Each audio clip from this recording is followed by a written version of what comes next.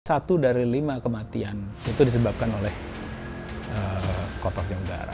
Pada saatnya nanti jangan-jangan kita tidak bisa melepas masker lagi. Pada saatnya nanti bahkan gitu ya, kita harus membeli udara bersih.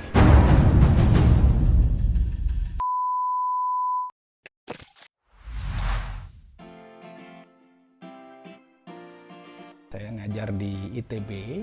Saya juga memimpin sebuah perusahaan namanya Landscape Indonesia, yang kegiatannya itu selain memberikan advice mengenai isu-isu lingkungan, isu-isu sumber daya alam, juga menginkubasi bisnis masyarakat yang berdampak positif pada lingkungan.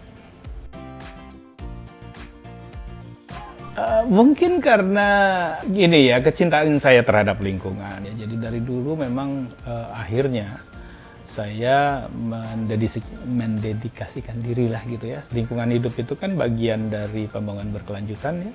Dan dengan demikian dia adalah satu faktor gitu ya yang akan mendukung apakah ekonomi kita jalan apa enggak, tumbuh atau enggak. Tanpa adanya lingkungan yang sehat, sebetulnya juga pembangunan kita nggak akan tumbuh dengan baik.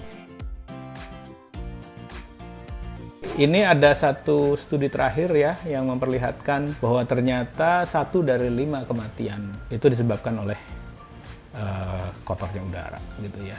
Polusi udara itu sangat mengganggu sudah di banyak kota di seluruh Indonesia sebetulnya, tapi Jakarta terutama yang paling parah. Padahal dampaknya luar biasa, dampak macam-macam ya.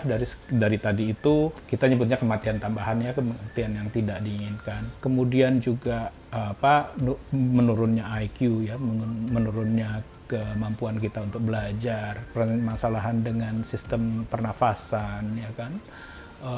Karsinogenik juga kalau dia debu-debu kecil yang 2,5 mikron itu bisa membuat paru-paru kita cancerous gitu kan. Ini kerugiannya luar biasa tingginya gitu. Yaitu dampaknya sebetulnya ya, dampak bahwa polusi udara itu akan menimbulkan penyakit, dan karena dia sakit dia tidak akan bisa bekerja, dan dengan demikian dia tidak produktif dan dia tidak bisa mencari nafkah ya. PM2,5 itu adalah debu yang ukuran diameternya itu 2,5 mikron. Kalau PM10 itu kan yang 10 mikron, agak lebih gedean dikit gitu, butir-butirnya gitu ya. Jadi di dalam 1 mili itu ada 1.000 butiran gitu, kira-kira. Itu kalau 1 mikron. Dihitung aja kalau 10 mikron itu berarti ada 100-an gitu ya. Nah itu sangat kecil. Yang 2,5 mikron itu dia biasanya nggak kena filter pernafasan kita, jadi langsung aja dia masuk ke paru-paru gitu. Itu sebabnya berbahaya sekali kalau udara kita itu punya kandungan PM2,5 yang tinggi. Ya tunggu aja sampai sakit. Dari BPJS saja deh gitu ya, datanya itu orang yang masuk karena permasalahan paru-paru itu kan banyak sekali di Jakarta gitu ya. Jadi itu aja gitu. Jadi dibuat itu sebagai sebuah masalah yang buat mereka itu sangat personal gitu ya. Bahwa ada dampak yang akan mereka rasakan sendiri. Dan banyak kok penikmat udara bersih di Indonesia, di Jakarta ya.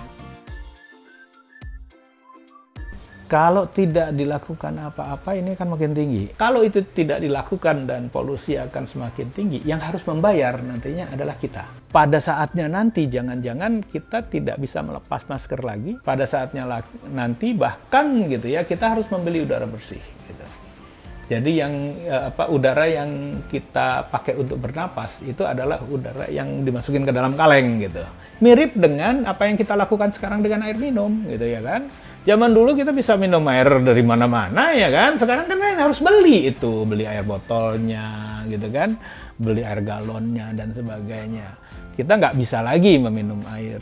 Nah itu kan sama mirip gitu ya. Ini sama persis. Pada saat pencemar udara tidak membayar pencemaran yang dihasilkannya, maka konsumen udara bersih yang harus membayar. Dan itu sebentar lagi akan terjadi kalau kita nggak melakukan apa-apa. Halo teman-teman, nama saya Agus Sari.